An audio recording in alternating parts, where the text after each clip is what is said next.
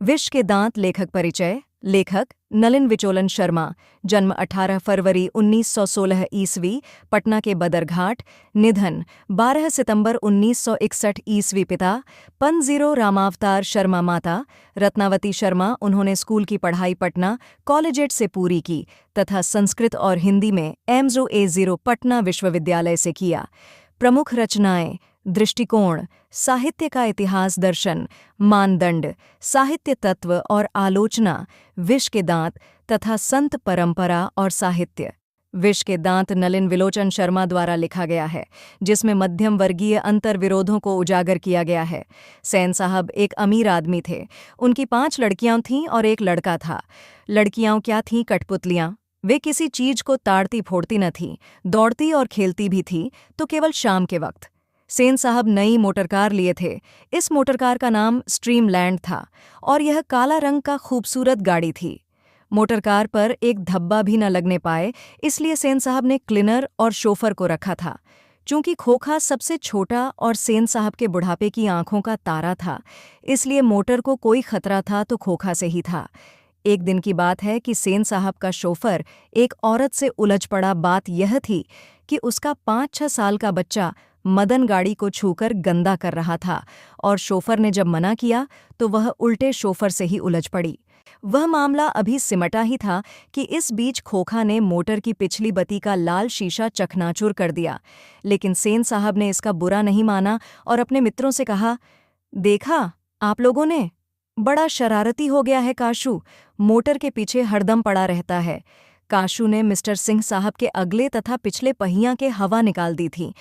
जब मिस्टर सिंह चले हो गए तो सेन साहब ने मदन के पिता गिरधर लाल को, जो उनके फैक्ट्री में किरानी था, उसे सेन साहब ने खूब खरी खोटी सुनाई और कहा कि बच्चों को संभाल कर रखो। उस रात गिरधारी लाल ने अपने बेटे मदन की खूब पिटाई की। दूसरे दिन शाम को मदन कुछ लड़कों के साथ लट्टू नचा रहा था।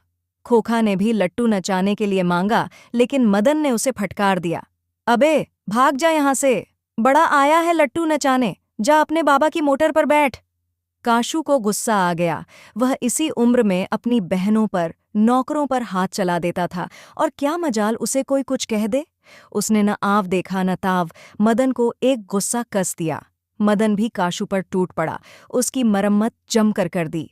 काशू रोता हुआ घर चला गया, लेकिन मदन घर नहीं लौटा। 8-9 बजे रात को मदन इधर उधर घूमते हुए गली के दरवाजे से घर में घुसा। उसे डर लग रही थी कि आज अन्य दिनों की अपेक्षा मार अधिक लगेगी। रसोई घर में घुसा और भरपेट खाना खाया। फिर बगल वाले कमरे के दरवाजे पर जाकर अंदर की बात सुनने लगा। उसे इस बात का ताज्जुब हो रहा था कि उसके पिता क्यों गरज नहीं रहे हैं, जबकि उसने काशू के 2 दांत तोड़ डाले थे। इसका कारण यह था कि उसके पिता को नौकरी से हटा दिया गया था और मकान खाली करने का आदेश दिया जा चुका था। वह दबे पांव बरामदे पर रखी चरपाई की तरफ सोने के लिए चला कि अंधेरे में उसका पैर लोटे पर लग गया।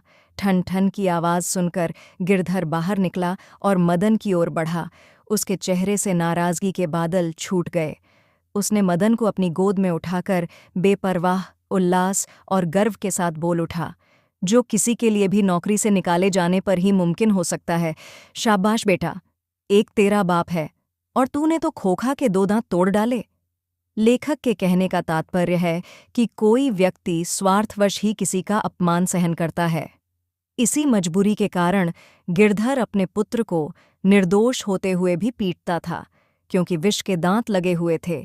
इसे टूटते ही दुत्कार प्यार में बदल जाता है।